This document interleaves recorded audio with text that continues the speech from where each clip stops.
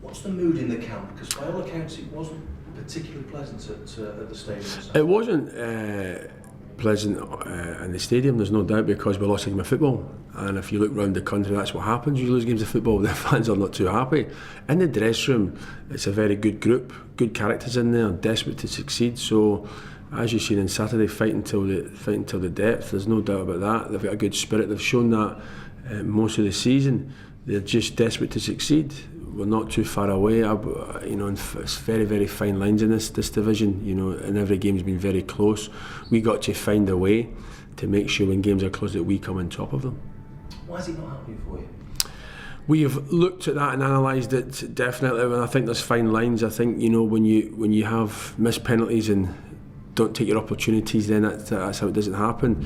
We feel that we have been battering away, well organised, making sure we prepare properly, and I think there's very, very fine lines. And I think in this division, if you can get a little bit of momentum and you can get your goal scoring goals, then there's not a lot in it. And that's what we're failing to do right now. We're failing to convert the chances we've had. We've been rightly praised from one or two other managers we've played against that we're very unlucky. You like using the word, but that's what we've been. So we need to make sure that we stick at it, we stay strong, and we make sure we keep on going, because that's what I believe is a recipe to get results.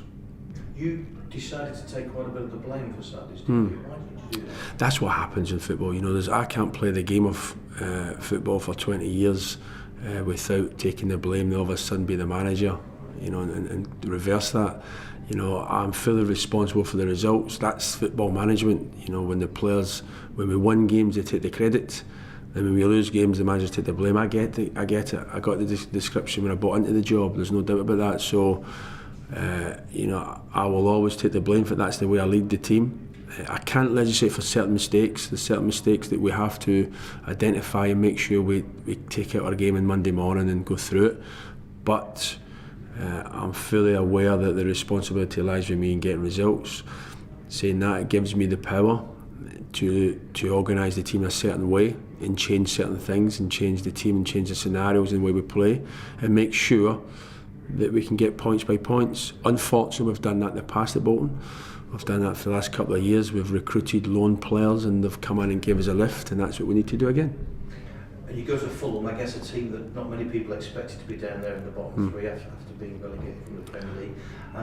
They've just picked up a little bit of a good result for them at the weekend. How difficult again can it be? Expectations in this division is very, very hard to cope with. I've found from every level, from players to managers to the boardroom, expectations is something that you don't want at your football club, because it certainly can put added pressure on you. I think Fulham are struggling from that, as we did for the first year when we come down.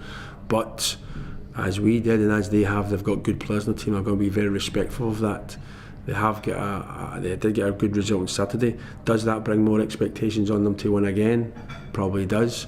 I know Kit Salmon's very well the manager. I think it's his time to be given the job. I worked with Kit at Crystal Palace. He's assistant manager at Wales, so I think his time's up. So he'll be given a right good go, and expect that from him. So we know exactly how they play. We'll have a plan and a way to play that we hopefully will get the result.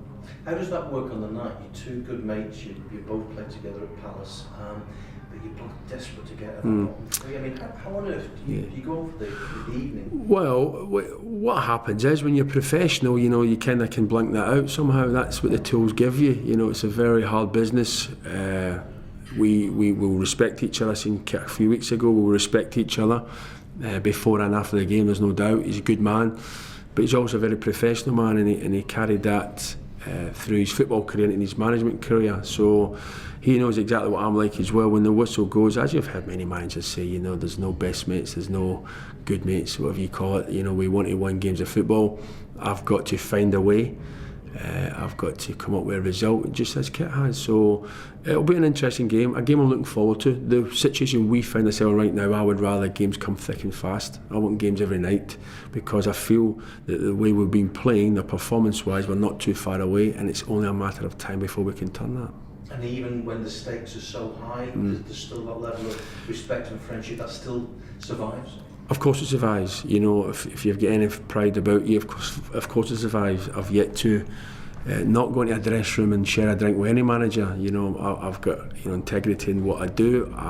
It will be a big game, as you said, but when you're managing a club this size with the history I've got, it's always big matches. You know, they come thick and fast in this division, and that's exactly what I like right now, because I do believe that we are very close. It's fine lines. We've been performing very well. Just need to make sure when the opportunities come our way that we take them.